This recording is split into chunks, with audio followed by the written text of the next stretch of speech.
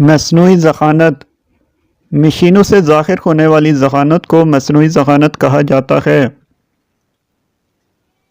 مصنوعی ذہانت انسانی ذہن کی عظیم ایجاد ہے۔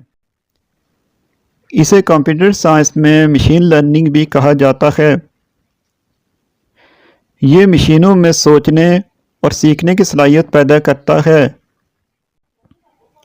اس سے مراد یہ ہے کہ مشین انسانی ذہانت کا مظاہرہ کرے گی۔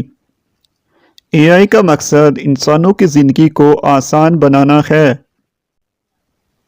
اے آئی کا استعمال کرتے ہوئے غلطی کے واقع ہونے کے امکانات بہت کم ہیں۔ وہ پروگراموں کی شکل میں دی گئی کمانڈ کے مطابق کام کرتے ہیں۔ فی الحال پائتھن پروگرامنگ لینگویج بڑے پیمانے پر استعمال ہوتی ہے۔ ہمارے اسمارٹ فونز میں گوگل اسسٹنٹ اور گوگل میپ اے آئی کی مثالیں ہیں۔